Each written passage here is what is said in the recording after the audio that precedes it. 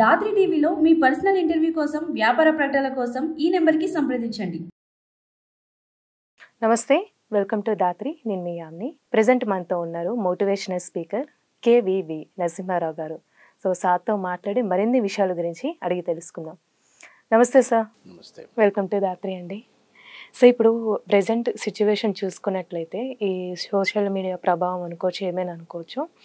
ఒక హోటల్కి వెళ్ళిన, ఒక హాస్టల్లో కానీ వాష్రూమ్స్ దగ్గర ఇలా సీసీ కెమెరా పెట్టడం కానీ, అవి పబ్లిక్కి వెళ్ళేలాగా చేయడము, ఈ విధంగా జరుగుతూ ఉంది సార్. ఇప్పుడు చూసుకున్నట్లయితే ఒక అమ్మాయికి అసలు స్వేచ్ఛ ఉందంటారా, లేదంటారా, సెక్యూరిటీ ఉందంటారండి? చాలా మంచి క్వశ్చన్ అమ్మా ఇది. స్వేచ్ఛ అన్నది, స్వేచ్ఛ అంటే స్వ ఇచ్ఛ. తను అనుకున్నట్టుగా తను ప్రవర్తించడం, తను అనుకున్నట్టుగా తను బతకడం. ఈ క్రమంలో స్త్రీ అనేది ఇప్పుడిప్పుడే సమాజంలో తనకంటూ తన ప్రత్యేక స్థానాన్ని సంపాదించుకుందనే చెప్పొచ్చు. ఎక్కడ చూసినా 50% దాటిపోయారు మహిళలు, అన్ని రంగాల్లో కూడా. కానీ దానికి తగిన మర్యాద వారికి దక్కుతుందా లేదా అన్నదే ఇప్పుడు సమస్య. మీరు చెప్పినట్టుగా స్వేచ్ఛ అంటే ఒకప్పుడు ఎత్ర నార్యస్తు పూజంతే అన్నారు. అంటే ఎక్కడ స్త్రీ పూజించబడుతుందో అక్కడ దేవతలు వచ్చి నివసిస్తారు, సమాజం కూడా బాగుంటుంది అని అప్పటి నమ్మకం, అప్పటి మర్యాద, స్త్రీకి ఇచ్చిన మర్యాద. ఇప్పుడు ఎత్ర నార్యస్తు చరంతే అంటున్నారు. అంటే ఆడపిల్ల ఎక్కడ తిరుగుతున్నా సరే, తను ఎక్కడ ఉన్నా సరే, దుష్ట శక్తులు తన వెనకాలే వేటాడుతున్నాయి. అంటే సమాజంలో స్త్రీ ఒక భాగంగా ఇంకా అంగీకరించబడట్లేదు. స్త్రీని ఒక ప్రత్యేక వస్తువుగానే, ప్రత్యేక జీవిగానే, తనని పాత మూసధోరణిలోనే చూస్తున్నారు తప్ప వారి ఉంటున్న కుటుంబం కానీ, వారు ఎక్కడైతే సంచరిస్తున్నారో ఆ సమాజం కానీ, అక్కడ ఉన్నటువంటి సాంఘిక వ్యవస్థ కానీ స్త్రీ మర్యాదని ఈ 50% 60% ఏదైతే అన్ని రంగాలకు వచ్చి ఉన్నారో దానికి సమవుజ్జిగా అదే స్థాయిలో మర్యాదని స్త్రీకి ఇవ్వకపోవడం వచ్చినటువంటి దుష్పరిణామాలు ఇవన్నీ కూడా.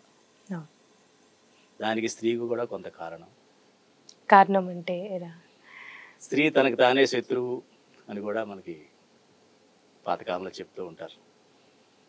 దానికి కారణం ఏంటంటే సమాజం విస్తృతంగా పెరుగుతున్నప్పుడు తనకంటూ తన స్థాయిని, తన స్థానాన్ని సరిగ్గా గుర్తించేటప్పుడు ఒక సామూహికంగా వీళ్ళు కలిసి ఆ యొక్క రూల్స్ కానీ, రెగ్యులేషన్స్ కానీ ఫ్రేమ్ చేయడంలో, వాటిని ఇంప్లిమెంట్ చేయడంలో వీళ్ళ పాత్ర చాలా తక్కువగా ఉంది. ఉదాహరణకి ఒక హోటల్ మీరు అన్నారు కదా, హోటల్ అది పబ్లిక్ ప్లేసెస్ ఏదన్నా ఉన్నట్లయితే దాని డిజైన్ కానీ, దాని అప్రూవల్ కానీ, అది ఫంక్షన్ అయ్యే ముందు అప్పటికి ఇనాగ్రేట్ చేస్తాం కదమ్మా ప్రతి సౌకర్యాన్ని కూడా.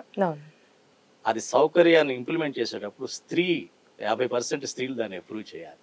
ఇక్కడ భద్రత ఉంది, భద్రతకు సంబంధించిన అన్ని విషయాలు ఇక్కడ తీసుకోబడ్డాయి.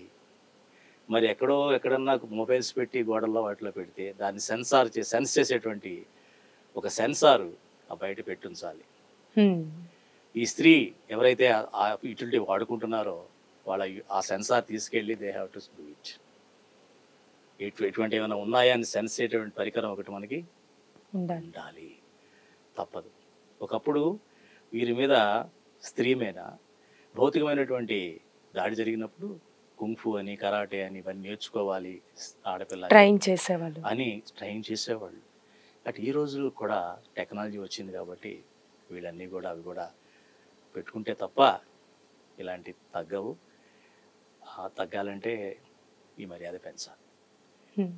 అంటే బేసిక్గా ఏ విధంగా ఆలోచిస్తే మంచిది అంటారండి? ఒకవేళ మనం బయటికి వెళ్ళినా కానీ మినిమం బేసిక్గా చెప్పాలంటే అది సహజంగానే స్త్రీకి ఉంటుంది. చుట్టుపక్కల తన వాతావరణం ఈజీగా స్మెల్ చేస్తుంది. ఎక్కడన్నా బ్యాడ్ ఎలిమెంట్స్ ఉన్నాయా, లేకపోతే ఎట్లాగా ఏమన్నా వ్యతిరేకంగా జరుగుతుందా అన్న విషయం తను స్మెల్ చేయడంలో చాలా ఫస్ట్ ముందుగా ఉంటుంది. ఒక్కొక్కసారి అభద్రత, ఒకసారి అనుకోకుండా ఎంత జాగ్రత్త తీసుకున్నా కూడా కొన్ని ఈ దుష్ట శక్తులు వస్తూనే ఉంటాయి.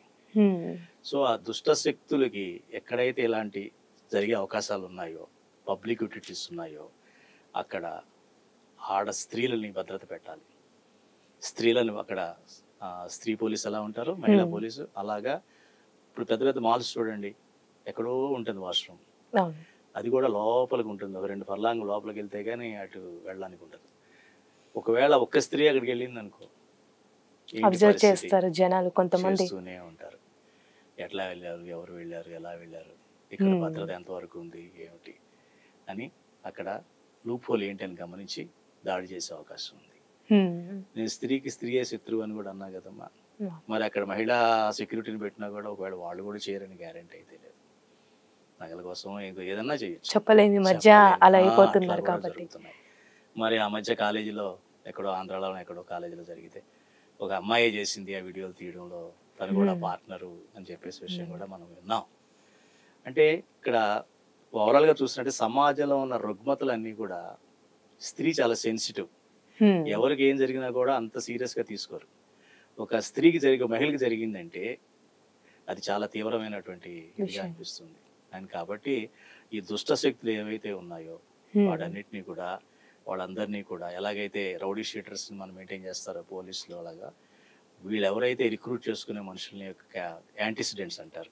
అంటే వాళ్ళ పూర్వాపరాలన్నీ కూడా పూర్తిగా తెలుసుకున్న తర్వాతే వాళ్ళని ముఖ్యంగా మహిళలకు సంబంధించినటువంటి సౌకర్యాలు ఉన్న చోట నియమించాలి.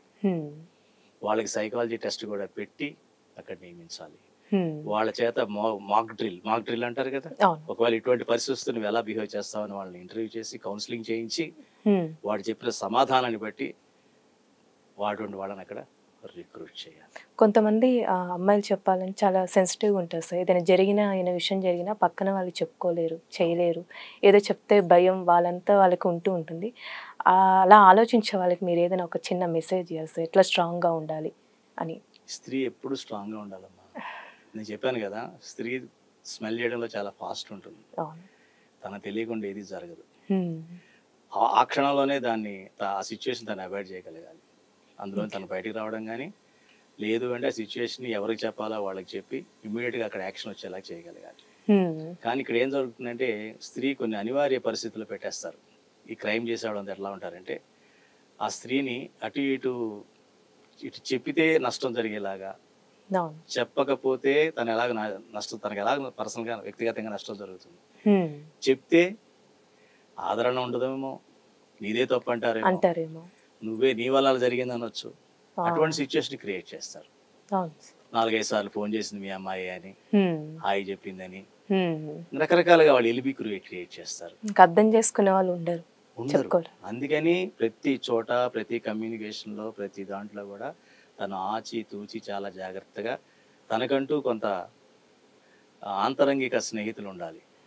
ఇటువంటి విషయాల్లో ఆంతరంగిక స్నేహితులు అనే కన్నా ఆంతరంగిక కౌన్సిలింగ్ ఉన్నవాళ్ళు కావాలి. ఆంతరిక కౌన్సిలింగ్ ఉన్న వాళ్ళు 2 గురిని పెట్టుకోవాలి. సపోర్ట్ చేసే వాళ్ళు, మనకి తెలియనప్పుడు చెప్పుకోవడానికి 2-3 మనం పెట్టుకోవాలమ్మా. అందుకే అన్నారు స్త్రీ ఎప్పుడు కూడా గవర్నమెంట్ డిపెండ్ అయ్యే ఉంటుంది అని. అది చెప్తే కొంతమంది నెగిటివ్గా తీసుకుంటారు. అది మర్యాద నిలపడం కోసం తప్ప డిపెండ్ అనకూడదు. దాన్ని అది సమాజం యొక్క బాధ్యత. ప్రకృతిని ఎలాగైతే ఈరోజు మనం కాపాడుకోకపోతే మనం ఎలా ఇబ్బంది పడుతున్నామో, ప్రకృతి స్త్రీ ప్రతిరూపమే కదా.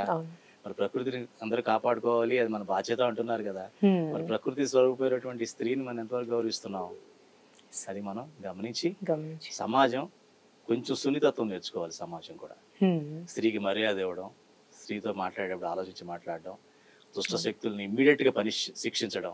ఇప్పుడు ఎన్నో కేసులు చూసాం మనం. పశ్చిమ బెంగాల్లో జూనియర్ డాక్టర్ ఒక స్త్రీ ఎంత దారుణంగా చంపబడిందో చూసాం. తన పనిచేస్తున్న చోట తన హాస్పిటల్లో డాక్టర్ అయ్యుండి వృత్తిపరమైన బాధ్యత నిర్వహిస్తూ తను ఆ రకంగా బలైంది.